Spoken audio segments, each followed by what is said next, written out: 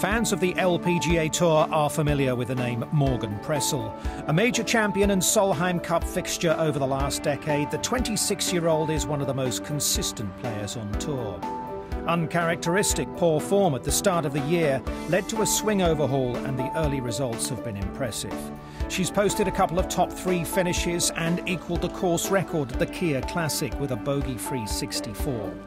Morgan sat down with Golfing World at last week's Swinging Skirts in San Francisco to talk about how she's played herself back into top form. I think mentally I was even better during the ANA, where I was just mentally focused on nothing but the shot and nothing but my input. Don't worry about the outcome. Sometimes that's even more important, mentally committed, and felt very comfortable on the golf course.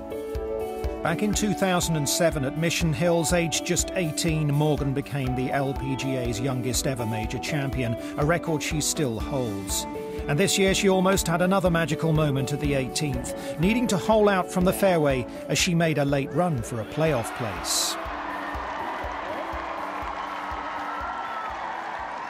Because I was playing with Kari when she holed out the shot on 18, in 2006.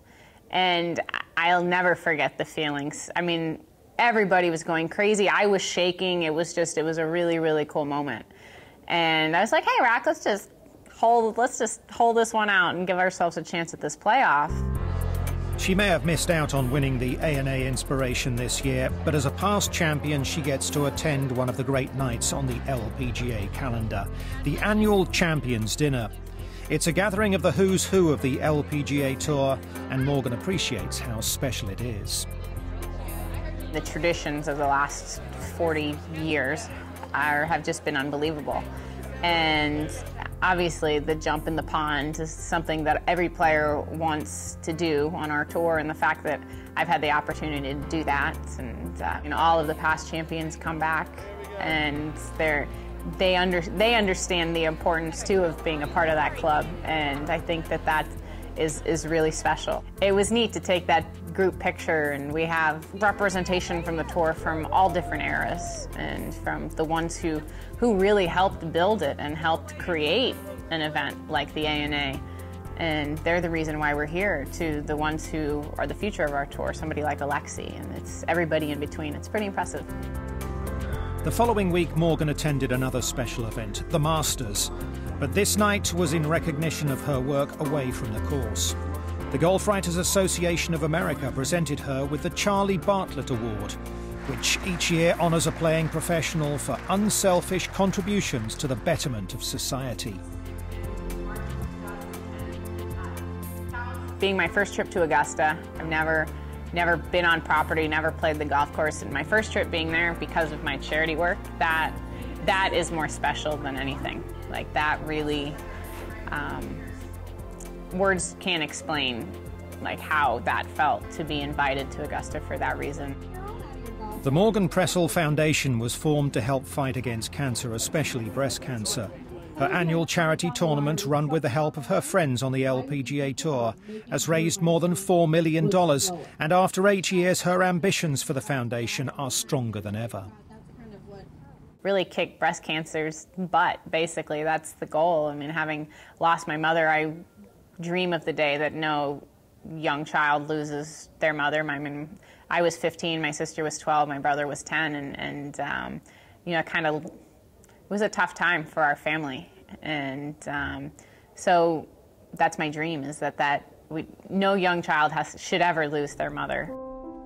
The funds raised by the Morgan and Friends tournament has been well spent in partnership with the Boca Raton Regional Hospital in Florida.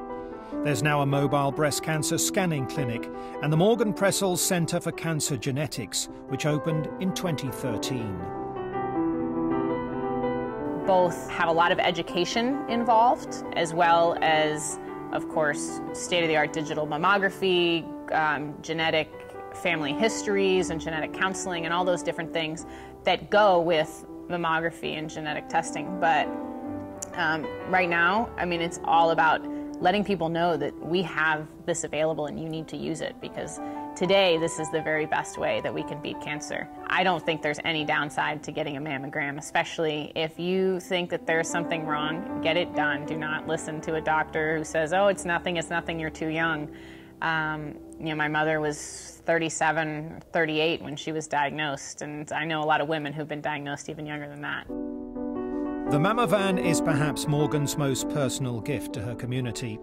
Named after her late mother, Catherine Pressel, Mammovan travels throughout the region, helping women who may not otherwise get the scan that detects breast cancer.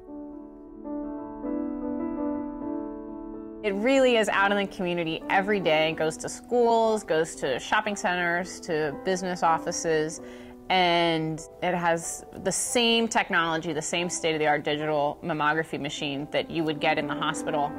And nobody's turned away. I mean, most people who are insured are covered in their mammogram, and then those that aren't, we're able to help fund that and to cover their mammograms. So, I mean, if my mother had lived, I think we would still be fighting breast cancer, and she'd probably be working harder than we all are at trying to raise money and to get the word out there. So she was very much that way, very much, if we're going to do it, we're going to do it, and we're going to do it the best that we possibly can, and try and help as many people as we can.